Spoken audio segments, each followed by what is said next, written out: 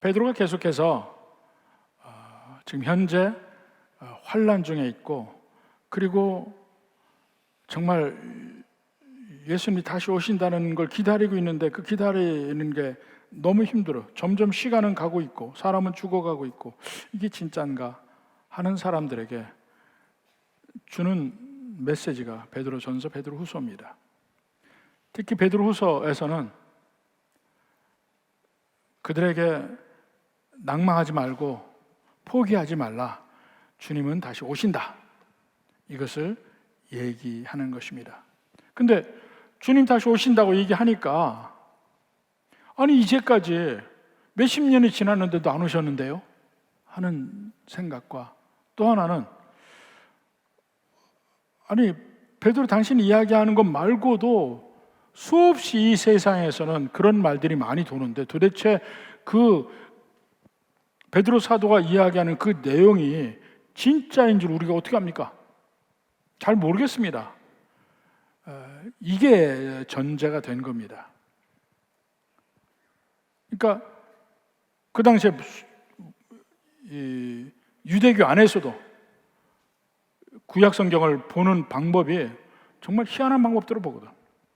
이상한 얘기들 끌어들이고, 막 동에서 번쩍 성에서 마치 홍길동 몇 명 나온 듯하고, 그리스 신화대로도 그런 식으로 있고 하니까 그런 의구심을 제기할 때 베드로가 이 말을 하는 겁니다. 그 증거를 이야기해요. 그러니까 베드로 후서에서는 꼭 얘기하고 싶은 것이 예수님 다시 오신다, 이거를 확실하게 다시 말하고 싶어요. 근데 그걸 안 믿는 사람들에게 믿어야 한다, 그 이유가 있다. 첫째로 내가 그 예수님 직접 봤다. 변화선상에서 예수님이 영광 받으시는 걸 내가 보았다. 그분이 하신 말씀이니까 믿어야 한다. 내 증인이다. 또 다른 면은 성경에서 끊임없이 얘기했다는 거예요.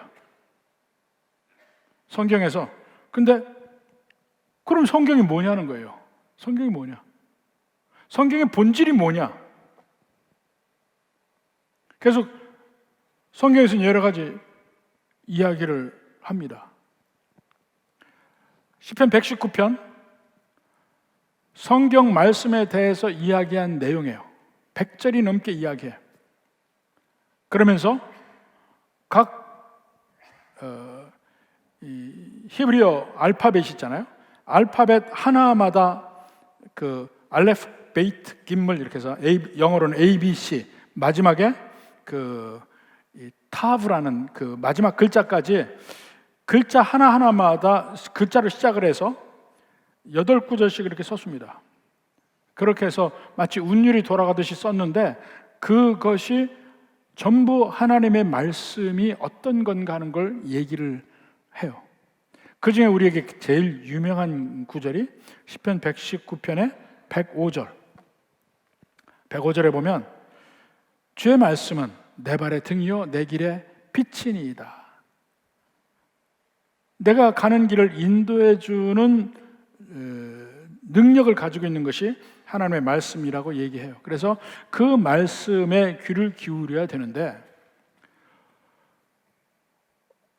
이 말씀을 가지고 여러 가지, 특히 구약 성경에 대해서 유대주의자들이 온갖 이상한 해석들을 한다고 했잖아요. 그러니까 그런 면에 문제에 봉착한 거예요. 오늘날에도 소위 이 종말에 대해서, 재림에 대해서 수없이 많은 이단들과 사이비들이 이야기하는 말들이 있는데 그 중에 어떻게 내가 믿을 것인가 하는 문제가 있는 겁니다. 오늘 19, 20, 21절 봤는데 오늘은 20절과 21절을 봅니다. 다음 주 19절을 봅니다. 근데 20절에 보면 먼저 알 것은 성경의 모든 예언은 사사로이 풀 것이 아니니. 이게 무슨 말일까? 사사로이 풀 것이 아니다. 자, 이게 뜻이 무엇이냐 하는 생각을 하고 거기에 맞춰서 베드로후서 3장 16절도 봐요. 3장 16절에 보면 또 그 모든 편지에도 이런 일에 관해 말하셨다. 이 모든 편지라는 게 바울 서신, 베드로 전서, 이 모든 편지들 얘기하죠. 성경 말씀이에요. 그 중에 알기 어려운 것이 더러 있으니, 알기 어렵다 하는 것은 주로 미래의 일이에요. 재림에 관한 일, 종말에 관한 일, 그 미래에 관한 일이 알기 어렵지. 이미 일어난 일은 어려울 게 없죠.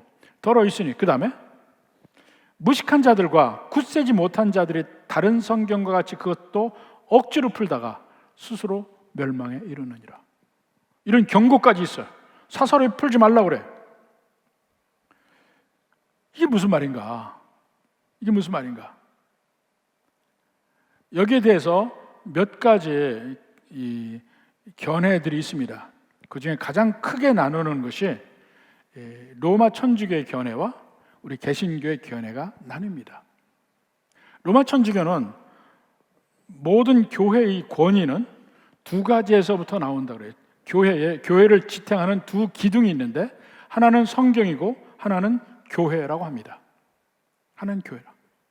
그래서 이 모든 권위가 두 권위에서 나오는데, 근데 하나, 성경은 이렇게 사사로이 풀지 말라고 했으니까 개인적으로 성경을 풀어서는 안 된다. 그래서 그것을 금지하고 오직 교회만이 성경을 풀 특권이 있다는 얘기예요. 교회만이 풀 거예요. 근데 그 교회가 어느 교회냐면 바로 로마 천주교를 얘기해요. 교황청을 얘기하고 교황을 얘기해. 교황만이 성경을 해석할 권한이 있다는 거예요. 사실 그들이 얘기하는 교회는 스스로를 캐톨릭 처치라고 합니다. 근데 캐톨릭이라는 말 자체가 범우주적인 하나인이란 뜻이에요. 우리도 그런 면에서 캐톨릭 처치에 들어가요. 그들이 이야기할 때는 로마 교황청의 지시를 받는 하나의 일체적인 교회, 그것만을 캐톨릭 처치로 봅니다. 그러니까 우리가 캐톨릭 교회라고 얘기하는 것은 사실은 의미상으로는 잘못됐어요. 우리도 캐톨릭 교회 안에 있어요. 교회 전체를 얘기하니까. 그래서 우리는 로만 캐톨릭 또는 로마 천주교라고 이야기합니다. 그러니까 교황만이 성경을 해석할 권한이 있다. 그러니까 끊임없이 많은 문제들에 대해서 성경 해석에 대해서 교황의 견해가 나오잖아요. 그게 교황이 해석한 성경이에요. 그러다 보니까 문제가 뭐냐면 실질적으로는 두 기둥이라고 얘기하면서 성경을 해석할 권한이 교회에 있으니까 성경보다 교황의 권위가 더 위에요. 그래서 그들이 성경 공부할 때 무슨 문제가 있느냐? 성경 공부는 성경만 가지고 공부하잖아요. 그 사람들은요, 교황의 편지를 가지고 공부해요. 일부는. 교황의 편지가 성경 이상의 권위를 가졌다니까? 그러면서 성경도 사실은 이 성경은 원래는 구약 성경은 히브리어로, 신약 성경은 헬라어로 써 있어요. 헬라어 중에서도 그 고대 그 그리스에서 쓰던 문학적인 그 헬라어가 아니고 실제 사람들의 삶 속에서 썼던 헬라어, 그것을 코이네 그릭이라고 합니다. 실제 시장에서 서로 얘기하던 그 용어들, 그것을 쓴 게 신약 성경이에요. 물론 아람어도 중간에 있습니다. 다니엘서의 상당 부분이 아람어로 써 있어요. 근데 그들이 로마 천주교에서 인정하는 성경은 주후 400년 전후에서 제롬이라는 수도사가 이 성경을 라틴어로 번역을 합니다. 그것을 벌게이트 성경이라고도 하고 불가타 성경이라고도 해요. 그것만을 인정합니다. 그것만을 인정해. 이 제롬이 번역한 라틴어 성경, 불가타 성경만이 유일한 권위를 가진 성경이라고 인정을 해요. 그리고 이 1965년에 바티칸 II 라는 그 칙령이 나왔는데, 그 교황청에서 그 전까지는 전 세계 모든 이 로마 천주교 교회에서는 모든 미사를 라틴어로 했습니다. 그러니까 미사를 드리는 사람들이 몰라요. 무슨 말인지. 그냥 앞에서 사제들이 하는 것만 보고 나오라 하면 나가서 영성채 떡 받아 먹고 예수님의 피를 상징하는 잔은 사제들이 돌아서 지네만 먹고 그렇게 하는 거예요. 그게 로마 천주교의 미사예요. 근데 바티칸 II 이후로 각 나라 말로 이제는 할 수 있게 해서 이제 천주교마다 다양합니다. 우리말로 미사를 드리는 데도 있고 라틴어로 하는 데도 있고 다 달라요. 예언을 사사로이 풀지 말라고 하니까 이제는 개인이 성경을 가지는 것도 안 돼. 특히 성경을 번역하는 일을 금했습니다. 번역하는 일을. 그래서 중세시대 말에 가면 각국마다 성경에 대한 갈등이 있어요. 그래서 성경을 읽고 싶은 성경을 몰라. 사제들만 라틴어로 자기들끼리 읽어서 얘기를 해주는 거야. 성경의 뜻이 이렇다고. 그런데 그게 들으면 이상해. 그러니까 거기서 면죄부 같은 게 나오기 시작하는 거야. 로마 교황청의 뜻대로 성경을 자의적으로 해석할 여지가 생긴 겁니다. 그래서 금연을 각국 자기네 말로 성경을 읽고 싶어서 번역을 시작을 해요. 그러니까 보헤미아 지방, 지금 체코 지방에서는 얀 후스라는 학자가 있었는데 그분이 성경을 번역하다가 화형당하고, 또 영국의 위클리프라는 분이 또 자국어로 성경을 번역하다가 온갖 고초를 당하고, 그래서 그들의 성경 번역을 기념해서 요즘에 성경 번역회가 위클리프잖아요.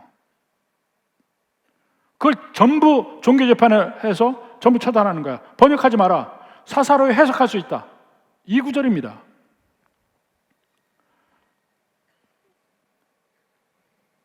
그래서 1597년 종교개혁이 일어나죠. 루터가 로마 천주교에서 말하는 모든 내용에 대한 반박문, 질의서를 냅니다. 그리고 제일 먼저 루터가 한 일이 성경을 독일어로 번역하는 일을 합니다. 그가 내세운 건 솔라 피데 솔라라는 오직 4대 강령이 있죠. 그 중에 솔라 스크립투라라는 말이에요. 오직 성경으로. 그게 이제 몇 가지 의미가 있지만 가장 대표적인 예는 우리 모든 교회, 모든 믿는 백성들의 권위의 근본은 오직 성경밖에 없다는 거예요. 교회도 성경의 권위 아래 들어가야 되지, 교회가 성경을 해석할 권한이 있고 자기들이 마음대로 성경을 이렇게 해석해야 된다고 말할 수 없다는 거예요. 오직 성경 자체의 권위가 있고 그 성경은 각자 읽는 사람들에게 성령께서 역사해서 알려준다는 거예요. 그 성경 자체의 권위, 오직 성경으로 솔라 스크립투라라는 이 면을 이야기를 하고, 그 위에 모든 개신교는 성경이 가장 믿음의 위에 있습니다. 성경의 권위 아래 모든 교회가 있는 거예요. 그 다음에 그 로마 천주교에서 얘기하는 그 면은 우리가 배척을 하고, 그 다음에 그럼 이 구조를 어떻게 해석할 것인가 하는 문제가 나와요. 사사로이 풀 것이 아니다. 이것은 가장 근접한 해석이라 하면 선지자 자신의 해석이 아니다 이렇게 얘기하는데, 이게 이제 몇 가지 견해가 있는데, 하나는 이 예언을 해석하는 유일한 방법은 이 성경 전체의 관점으로 봐야 된다. 그걸 개별적으로 독립적으로 그것만 봐서 해석해서는 안 된다. 그거 이야기를 합니다. 자체적으로 봐서는 안 된다. 그러니까 예를 들어서 다니엘서에 71회가 나옵니다. 그 71회면은 그럼 이건 71회지. 아니, 이거는 다른 성경 구절을 보면 이것은 70주가 아니고 이게 한 일회가 한 해로 볼 수 있다. 이건 상징이다 하는 면은 다른 성경 구절을 와서 보는 거예요. 근데 그 구절만 본 사람은 야 여기 70주라고 써 있으니까 70주라고 해야지 이렇게 말하는 사람도 있단 말입니다. 근데 그게 아니라는 거예요. 상징은 상징으로 봐야 된다는 거죠. 또 하나는 선지자 자신도 하나님의 말씀을 받아서 예언을 하지만 선지자 자신도 그 예언을 이해하지 못할 가능성이 많다는 거예요. 이해하지 못할 능력이 많다는 거예요. 예를 들어서 시편 110편 1절 봅시다. 시편 110편 1절에 보면 다윗의 시예요. 여호와께서 내 주에게 말씀하시기를 내가 내 원수들로 내 발판이 되게 하기까지는, 이 발판 옛날에는 발등상이라고 그랬어요. 발판이 되게 하기까지는 너는 내 오른쪽에 앉아 있으라 하셨도다. 이것을 다윗이 이야기했다니까.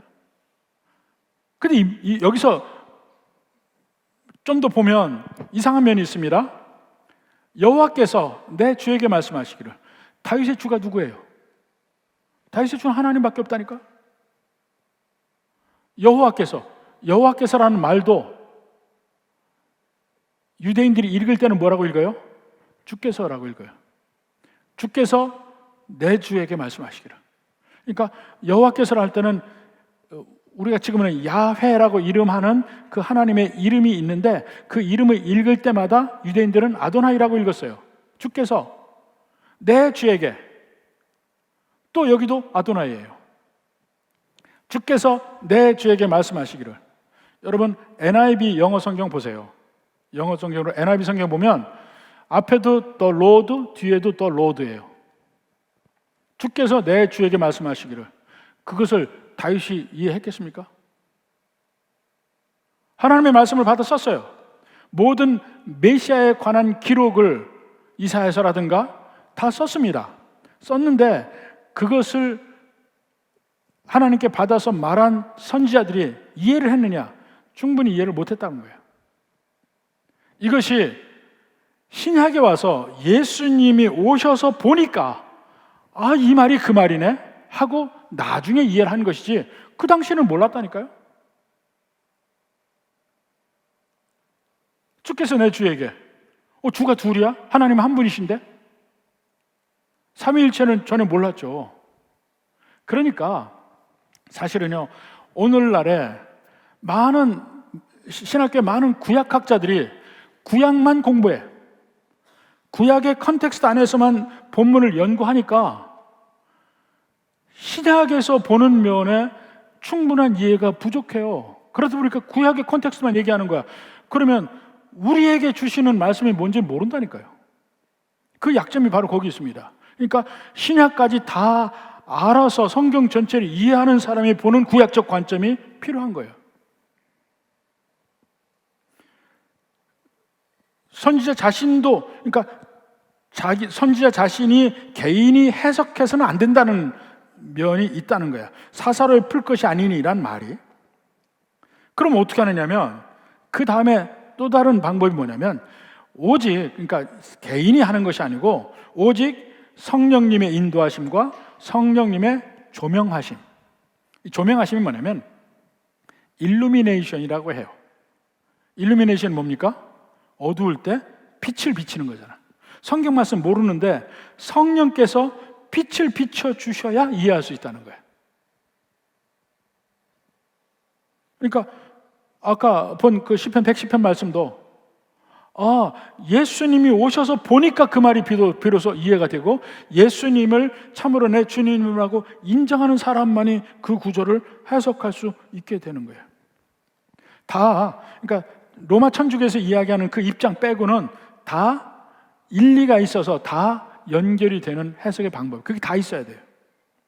그러니까 사사로이 풀 것이 아니란 말이 바로 그런 의미가 있다는 말입니다. 요것만 하나만 한 줄만 가지고 볼 것이 아니고 성경 전체 입장에서 봐야 되고 또 그 구약에 그것이 있으면 신약적 관점까지 가서 봐야 되고 성령님의 그 조명하심이 없으면 본문을 이해할 수 없다. 그게 필요하다 하는 얘기입니다. 그리고 그것이 21절에 가면 더 확실하게 나옵니다. 21절 봅시다. 뭐라고 하니까요? 예언은 언제든지 사람의 뜻으로 낸 것이 아니요. 제일 먼저 사람의 뜻으로 낸 것이요. 선지자들이 자기의 어떤 통찰력, 자기의 예지, 자기의 능력, 자기의 지혜, 이것으로 한 것이 아니라는 거예요. 성경 말씀은 이 세상에 인간의 통찰력으로 쓴 책들이 너무나 많습니다. 노노, 사서 삼경이 다 그래요. 노노 맹자, 공자의 통찰력을 배워 맹자의 예지와 맹자의 그 통찰력을 배우는 거예요. 그리고 이 세상의 인간관계라는 이 세상에서 뭔가 좀 승리하면서 앞서 나가는 사람으로 살기를 원하면 손자병법 보죠. 또 육도삼략이라는 게 있습니다. 이 정치하는 사람은 반드시 보는 책이 육도삼략이에요. 거기서 인간관계를 어떻게 하고 컨트롤하고, 그 동양에는 손자병법과 육도삼략이 있다면 서양에는 마키아벨리의 군주론이 있습니다. 경제에 대해서 어떤 통찰력이 가진 책이라고 본다면 아담 스미스의 국부론이 있어요. 요즘처럼 사방의 전쟁이 터지면서 새롭게 계속해서 조명받는 책이 있습니다. 이 클라우스비츠라는 사람의 전쟁론이 있어요. 클라우스비츠의 전쟁론은 우리 정치학 하는 사람은 꼭 배우는 겁니다. 그가 보는 전쟁론. 그러니까 서양에는 클라우스비츠의 전쟁론이 있고 동양에는 손자병법이 있어요.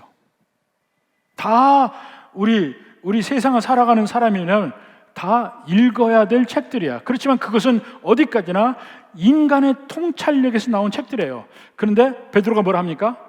성경은, 예언은 사람에게서 나온 게 아니라는 거야. 사람에게서 나온 거 아니라.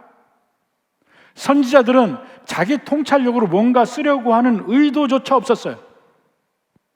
그러면 성경은 어떤 책입니까? 예언은 어떤 겁니까? 하나님의 백성들이, 선지자들이 성령님의 붙들려서 성령께서 메시지를 주는 것을 그들이 기록한 거라는 거예요.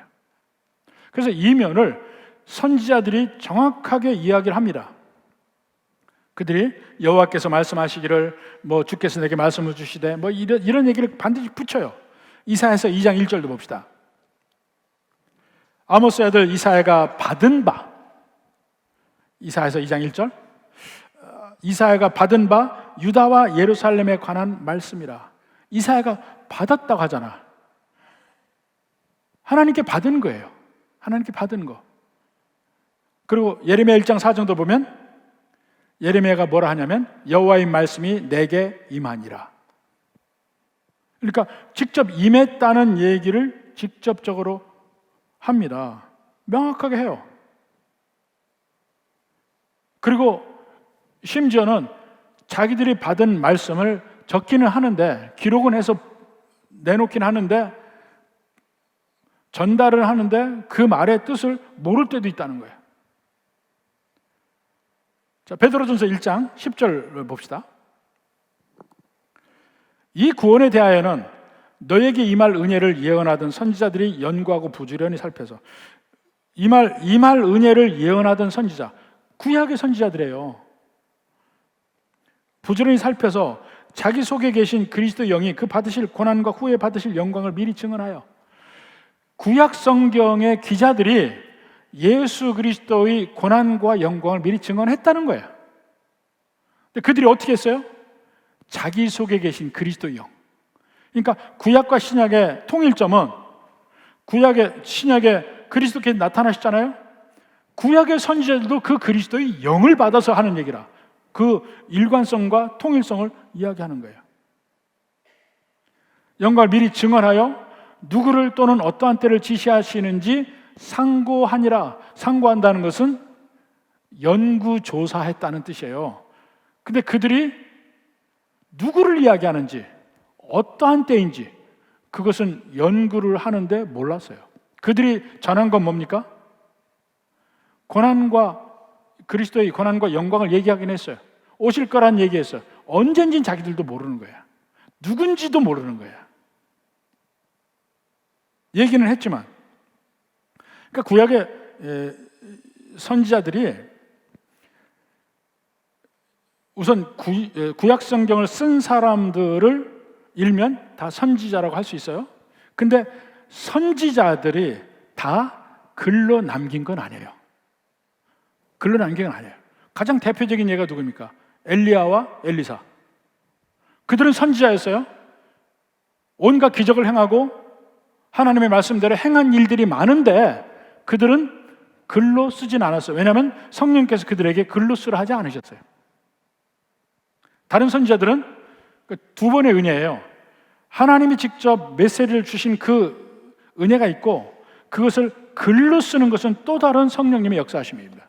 그래서 그 선지자, 프로핏과 글로 써서 구약 성경을 쓴 선지자들, 그 사람들을 writing prophet이라고 합니다. 글로 쓴 선지자들. 이게 좀 달라요. 두 면에서. 자, 그러니까 이 선지자들은 심지어 자기 뜻을 이야기하는 것은 뭐 차지하더라도 그 일을 하고 싶지 않았어요. 왜냐하면 선지자들은 100% 하나님의 뜻에 불림 받아서 이야기를 하면 괴로움을 당했다니까. 괴로움을 당했어요. 자, 보세요. 이 선지자라는 직은 출애굽 이후에 생깁니다. 선지자는 반드시 전제 조건이 있어요. 기준점이 있어야 선지자 역할을 할 수 있어요. 옳다 그르다를 이야기하려면 기준점이 있어야 될 거 아니야. 그 기준점이 신명기예요. 모세오경이야. 토라예요. 토라라는 기준점이 있을 때 비로소 선지자의 역할이 생겨요. 선지자가 뭐 합니까? 너희들이 가는 길이 잘못되었다. 돌아와라. 회개하라. 이게 선지자의 역할이에요. 그러면 잘못되었다는 걸 이야기하려면 기준점이 있어야 될 거 아니야. 그게 토라야. 율법이야. 율법이 있어야 비로소 선지자의 존재 이유가 있는 거예요. 그 뒤에 나오는 모든 책을 선지서라고도 이야기하고, 그러니까 선지서는 여러 가지 방법으로 이스라엘 백성들이 잘못된 길을 간다, 바로 가는 길이 무엇인가, 이것을 얘기해 주는 책이 뒤에 선지서예요. 그러니까 우리는 선지자면 꼭 앞날을 예언해 주는 기능이라고 생각하는데, 그 예언 전에 그 기준점이 된 토라에서 벗어났다 안 했다, 다시 돌아오는 길이 무엇이다, 이걸 얘기해 주는 것이 선지자들의 역할이에요. 그 다음에 만약에 이 길로 계속 너희들이 그 다른 길로 간다면 이런 일이 벌어질 것이다. 그게 이제 예언이지. 만약에 돌아오면 그 다음에 이런 일이 있을 것이다. 그게 예언이죠. 근데 우리는 자꾸 그 미래의 일만 얘기하는데 아니에요. 현재의 하나님의 백성들에게 지금 잘못 가고 있다, 이걸 얘기하는 것이 선지자의 가장 중요한 임무였어요. 그러니까 그들은 괴로움을 당할 수밖에 없고 선지자 일은 하고 싶지 않은 일이에요. 예레미야 봅시다. 예레미야 20장 7절. 여호와여, 주께서 나를 권유하심으로 내가 그 권유를 받아 싸우며. 주께서 뭘 권유해요? 네가 가라야. 네가 가라. 하와이가 아니고 네가 가라. 백성들에게, 이스라엘 백성에게 가서 내 말을 전하라. 그 권유를 받았어. 주께서 나보다 강하사 이기셨으므로. 이게 무슨 말이에요? 지난번 우리 갑자기 이름이 생각이 안 나네. 날샘이 아니고 우리말 뭡니까? 맑은 샘. 예, 맑은 샘 앞에 포토 에세이 보면 나는 등대다 얘기 있죠? 나는 등대다. 우리가 하나님의 뜻에 거부해서 반항할 때도 있어요. 그러나 절대로 하나님을 못 이겨요. 왜냐하면 반항하면 할수록 괴롭기만 하니까. 이 말씀이 이거라니까요. 다시 20장 7절. 주께서 나보다 강하사 이기셨으므로 뭘 이겼다는 거예요. 주님 나 안 해요 안 해요 하다가 결국은 하나님 뜻대로 선지자 역할을 했다는 거야. 할 수밖에 없다. 나를 이기셨어. 이길 수밖에 없죠. 이 세상에서 가장 고집센 분이 하나님이에요. 가장 뜻을 변치 않는 분이 하나님이에요. 하나님 이기려고 하지 맙시다. 자, 이기셨으므로 그 다음에 뭐예요? 이기셨으므로 내가 조롱거리가 됐다. 하나님이 나를 이기셔서 어떻게 돼요? 내가 하나님의 선지자 노릇을 하고 보니까 세상에 나가서 내가 조롱거리가 됐다는 거야. 조롱거리가 되니 사람마다 종일토록 나를 조롱하나이다. 내가 말할 때마다 외치며 파멸과 멸망을 선포함으로.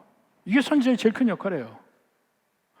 파멸과 멸망. 근데 그걸 좋아할 사람이 누가 있어요? 여호와의 말씀으로 말미암아 내가 종일토록 치욕과 모욕거리가 됨이니이다. 이럴 줄 알고 안 하려고 그런 거야. 선지자의 가장 큰 역할은 파멸과 멸망을 선포하는 거예요. 그 당시 남한국 유다가 바벨론의 침입을 받은 때입니다. 바벨론의 느부갓네살 왕이 막 치고 들어와요. 세 번째 침공했으니까 마지막에 멸망하기 전에 하나님의 예레미야를 통해서 말씀합니다. 너희는 멸망해야 되니까 바벨론 군대에게 항복하고 포로로 끌려가라. 그러면 70년 뒤에 내가 다시 너희들이 충분히 징계받고 교육받고 다시 돌아오게 하리라. 이걸 전한 거야. 근데 다른 모든 선지자는 뭘 합니까? 아니 우리가 일어나면 하나님이 우리 편이니까 우리 이길 수 있다. 우리 싸우자. 다 그렇게 얘기하고 그래 으쌰으쌰 하고 있는데 하나가 나와서 거기다가 고춧가루 뿌린 거야. 아니 우리 질 거야. 우리 다 포로로 잡혀갈 거야. 그리고 그렇게 하는 것이 하나님 뜻이야. 세상에 하나님 뜻이 그런 게 어디 있어? 하나님 우리를 지키시고 이길 것이니까. 아니, 하나님의 뜻은 이번에 우리가 지고 고통당하는 게 뜻이야. 그러니까 조롱받죠. 그러니까 하기 싫어하죠. 주님 나 안 해요. 네가 해야 돼. 안 해요. 네가 해야 돼. 결국은 하나님이 이기시지. 9절에 봐요. 9절에 그 일을 하다가 또 고통을 받았어요. 그러니까 9절에 뭐라 합니까? 내가 다시는 여호와를 선포하지 아니하며 그의 이름으로 말하지 아니하리라 하면 아유 괴로우니까 이제 안 한다는 거야. 그런데 그렇게 하면 나의 마음이 불 붙는 것 같아서 골수에 사무치니 답답해서 견딜 수 없어요. 하나님이 가만두질 않아. 그대로 선포하지 않으면 안 돼. 너무 힘들어. 그런데 어떤 선지자가 자기 통찰력으로 자기 말하고 싶어서 얘기했겠냐 이거야. 오직 하나님이 주신 말씀을 선포한 역할을 선지자들이 했다는 거예요. 그게 예언이라는 거예요. 그럼 하나님이 왜 이런 예언을 주실까요? 왜 하나님의 종들을 택하셔서 그들에게 말하라 하고 기록하라 하고 그 일을 한 이유가 뭡니까? 그런 하나님의 특별한 행동이 아니면 우리 인간은 태생적으로 하나님을 알 길이 없기 때문에 그래. 하나님이 직접 우리에게 말씀을 해 주시기 전에는 우리가 하나님을 알 길이 전혀 없기 때문에 그럴 수밖에 없다는 거예요. 원래는 하나님이 이 세상을 창조하실 때 모든 것을 아름답게 창조하시고 거기에 아담과 하와를 창조하셔서 이 모든 것을 관장하게 했어요. 왕의 역할을 하게 했어요. 근데 그들이 죄를 짓고 하나님이 떠나니까 그 다음부터 그들의 마음은 죄로 덮여서 하나님을 잊어버려요. 하나님을 잊어버렸다 하더라도 이 세상 천지 만물은 전부 하나님의 손길이 있기 때문에 거기에 하나님의 영광이 덕지덕지 붙어 있어요. 거기서 보면 이거 하나님의 작품이구나. 하나님의 이렇게 위대하신 분을 알게 돼 있단 말이에요. 여러분 좀 만약에 미술에 좀 조예가 있다 이러면 그림을 봐도 유명한 그림들은요, 이건 고흐의 작품이다 알아요. 특히 고흐의 작품은 독특해. 상당히 독특해요. 그래서 내가 몰랐던 작품도 어느 걸 보면 이거 고흐의 작품 같은데, 그러면 맞는 게 그 사람의 손길과 특징이 다 있는 거야. 이 세상 천지 만물 다 마찬가지야. 하나님의 손길이 있는 거예요. 그런데 마음이 어두워져서 그게 안 보이는 거죠. 이것을 하나님의 일반 계시라고 그래. 모든 천지 만물을 보고 그 속에서 하나님의 영광을 볼 수 있게 만들었는데 인간이 죄로 인하여 못 본다. 로마서 1장 20절 봅시다. 창세로부터 그의 보이지 아니하는 것들 곧 영원하신 능력과 신성이 그가 만드신 만물에 분명히 보여 알려졌나니. 다 있다는 거야. 근데 죄로 마음이 어두워진 인간은 어떻게 합니까? 거기서 영광은 봐. 근데 그 영광이 하나님의 영광이라는 사실은 거부해. 그러니까 어떻게 됩니까? 그 피조물 자체를 경배하기 시작하는 거예요. 피조물 자체를. 멋진 바위가 있으면 거기서 물 떠다 놓고 비나이다 해야 돼. 엄청나게 큰 나무가 있으면 거기다 새꾸지를 꽈놓고 또 비나이다 해야 돼. 애 낳게 해주십시오 이러고.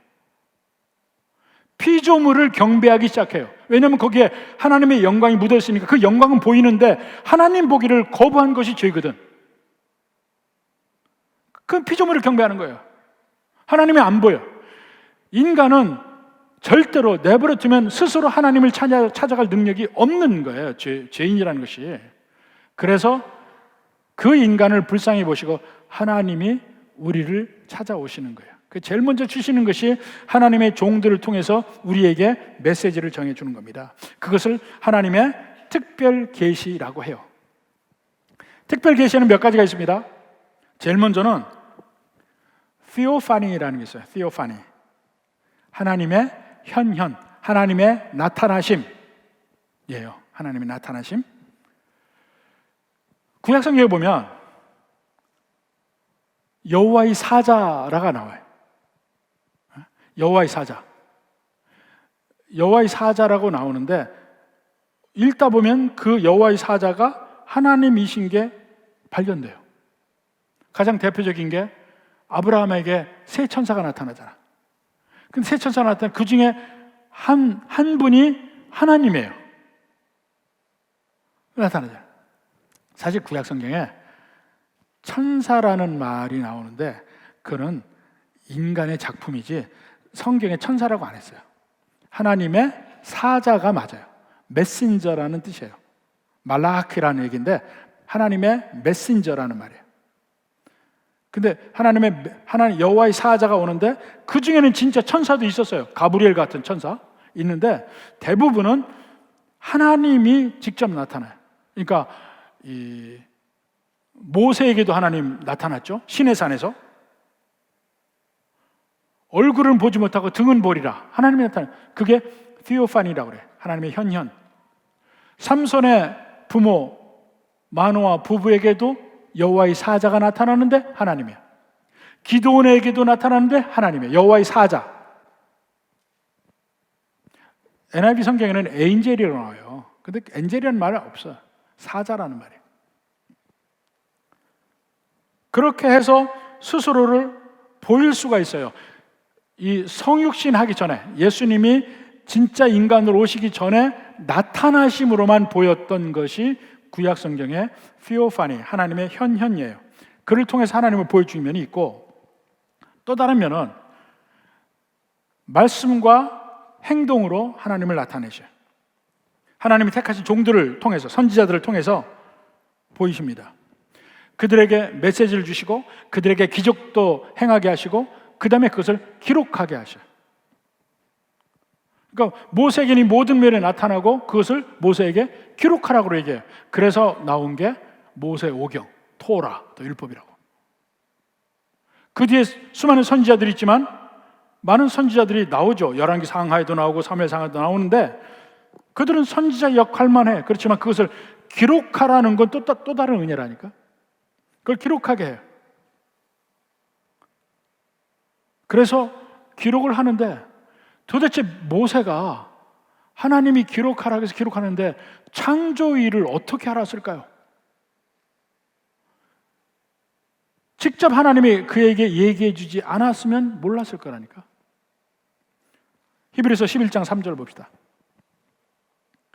믿음으로 모든 세계가 하나님의 말씀으로 지어진 줄을 우리가 아나니. 어떻게 알아요? 모세가 그것을 받고 적었기 때문에 알아요. 자, 그래서 하나님의 종들에게, 선지자들에게 하나님이 말씀을 주셔서 적게 했는데, 그러면 그것을 이제 영감으로, 하나님의 영감으로, 오늘 하나님의 감동이라고 얘기했잖아요. 하나님의 감동을 했는데 그것을 영어적 표현으로 inspiration이라 합니다. inspiration, 하나님의 영감. 근데 도대체 영감으로 썼다는 게 구체적으로 어떤 것일까? 누구는 이런 말 합니다. 이거는 받아쓰기다. 하나님이 야, 너 써라. 그래서 펜을 들고 내가 이렇게 말했다. 그 그대로 받아쓰기 한 것이다. 그런 면도 있지만 메시지다. 근데 꼭 메시지가 그대로 받아쓰기만은 아닌 것 같아. 성경을 보면. 그러면 하나님이 성령을 통해서 성령의 감동으로 성경 기자들의 마음에 역사하셔서 쓰게 했는데 그 영감 주는 거를 도대체 어떻게 이해를 해야 될 것인가 하는 면이 있어요. 그 면을 우리가 표현할 때 다이내믹 인스피레이션이라고 합니다. 다이내믹 인스피레이션. 받아쓰기는 아니야. 그게 무슨 말이냐면요. 자, 이 세상에 엄청나게 많은 색이 있습니다. 색. 뭐 검정색, 보라색, 파란색 하지만 색들도 엄청나게 많아요. 근데 그 색을 이 세상의 빛, 태양빛이 그 모든 이 세상의 색을 다 가지고 있어요. 그거 아세요? 그걸 뭘로 아냐? 무지개가 있잖아요. 무지개. 무지개 색깔은 몇 가지입니까? 7가지라고 얘기하는 사람은 그건 이제 유치원. 나눠서 7개로 나눠서 본 것뿐이야. 그렇지만 그 색깔의 스펙트럼은 이 세상의 모든 색이 그 안에 다 있습니다. 그래서 여러분 옷을 고를 때 나는 이번에 파란색 옷을 입어야지. 진짜 이상한 사람이야. 파란색이 얼마만큼 많습니까? 빨간색 옷이 얼마나 많아요. 그 안에 색깔이 너무너무 많다고. 그리고 이 명품의 조건은 그 중에 똑같이 빨간색이라도 진짜 멋진 빨간색을 골라내는 거야. 그게 명품이야. 그 또 하나는요. 제가 입은 양복이 왜 검정색입니까? 이 자체가 검어서? 아니에요. 빛 속에 검정을 표현하는 게 있어서 검정해 보여요. 빛 속에 모든 색깔이 포함되어 있지 않으면 우리는 이 다양하게 보이는 색깔을 하나도 볼 수 없어요. 우리가 색깔을 고른다는 것은 그 빛에서 그런 면의 색깔을 보이게 하는 물질을 고른 것뿐이야. 그러면 결국 우리가 보는 것은 옷의 색깔을 본다는 의미가 아니고 빛에서 그 색깔을 보는 거야. 이 옷이나 이 모든 것들이 빛에 있는 그 색깔 면만을 표현하고 있을 뿐이에요. 그게 빛의 특징이야. 근데 빛의 색깔을 다 모아보면 어떨까요? 거꾸로 이 세상에 모든 물감들 있잖아요. 물감들을 다 포함하면 무슨 색이 나옵니까? 검정이 나와요. 검정. 물감을 다 섞잖아요. 검정이 나와요. 빛을 다 섞으면 무슨 색이 나올까요? 무색이 나옵니다. 무색. 태양빛이 나와요. 거꾸로 얘기하면 태양빛 안에 이 세상의 모든 색이 포함되어 있다는 거예요. 하나님의 영광과 능력도 마찬가지예요. 태양빛과 같아요. 그런데 어느 유리를 지나고 프리즘을 지나면 그 빛에 있는 것 중에 어느 특정한 부분만이 표현되는 거예요. 어느 특정한 부분만이. 성경이 하나님의 영감으로 될 때 하나님의 영감은 마치 태양빛 같아요.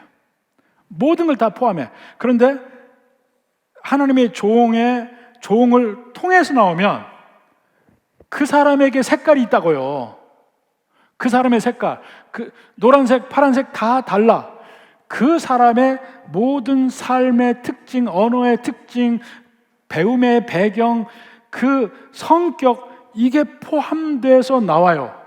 그렇지만 그건 전부 하나님의 영감 속에 있는 거예요. 이게 하나님의 영감이에요. 이걸 다이내믹 인스피레이션이라고 하는 겁니다. 가장 대표적으로 사복음서를 보세요. 마태, 마가, 누가, 요한. 이 사복음서를 보면 전부 똑같이 예수님의 삶에 대해서 쓴 책인데 다 다르잖아. 어떻게 다를까요? 그 기자들의 성격과 기자들의 삶의 환경과 기자들의 교육 정도 이런 거에 따라서 다 다르게 표현된 거예요. 마태복음은 아주 전형적인 유대주의적인 면이 많아요. 그래서 마태복음에는 가장 구약 성경이 많이 인용이 되어 있습니다. 구약 성경에 애초에 시작도 그 예수님의 구약의 계보부터 시작하잖아. 가장 많이 인용되어 있어요. 그리고 마태복음에서는 하나님의 나라라는 표현이 안 나와요. 천국이라고 표현됐지. Kingdom of God 이라고 해야 되는데 Kingdom of Heaven이라고 표현되어 있어요. 왜냐하면 이 마태복음은 대상을 유대인들로 하는데 유대인들은 그 하나님이라는 말을 쓰는 걸 굉장히 싫어합니다. 그래서 그 대신 Kingdom of Heaven이라고 해서 자꾸 천국 나오는데 그 천국은 우리가 바라보는 천국과는 달라요. 그것은 우리가 새하늘과 새 땅이라고 얘기해 더 맞아. 마태복음에 나오는 천국은 그게 아니에요. 다른 마가, 누가, 요한복음엔 전부 하나님의 나라라고 다 표현되어 있어요. Kingdom of God이라고. 근데 그거는 유대인을 향한 게 아니거든. 그러니까 원래대로 표현하는 거 하나님의 나라라고.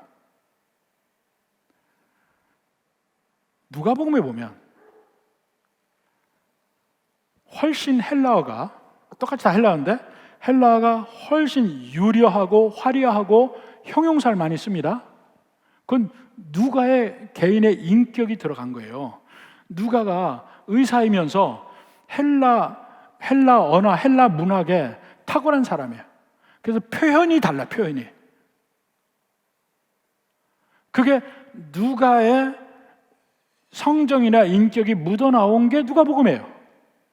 그렇더라도 그것은 전부 100% 하나님의 작품이야.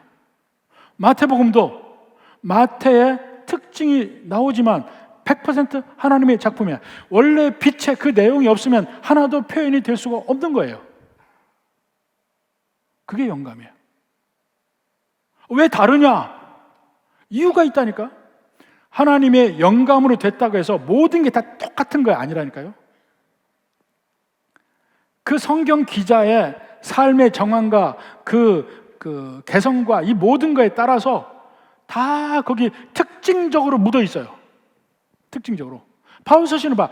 어디 가나 바울의 특징이 묻어 있다니까. 다 달라요.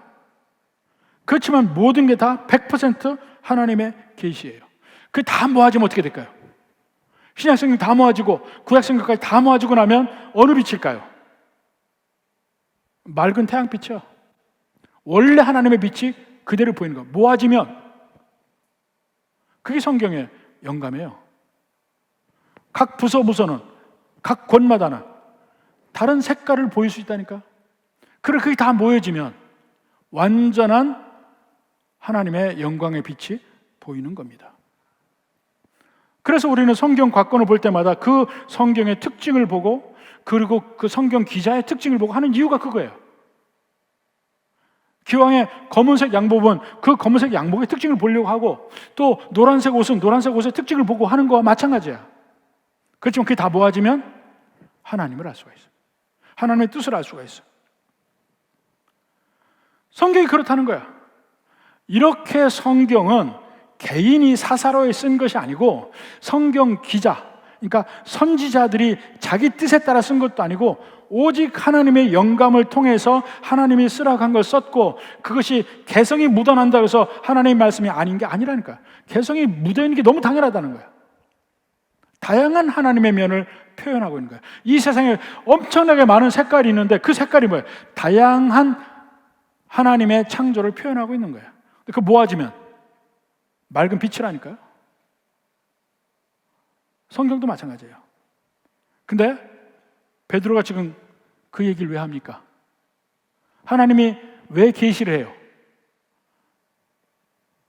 인간을 사랑하셔서 그냥 두면 인간이 모르고 사망의 길로 가니까 우리를 살리시기 위해서 이 땅에 오셔서 우리의 언어로 모든 선지자를 통해서, 사도들 통해서 말씀을 주셔서 인간이 누구인지, 인생이 무엇인지, 세상이 무엇인지, 죄가 무엇인지, 죄에서 벗어나는 방법, 마지막에 하나님의 계획, 다 하나님의 백성들을 통해서 말씀하셨다는 거예요. 그게 성경이라는 거예요.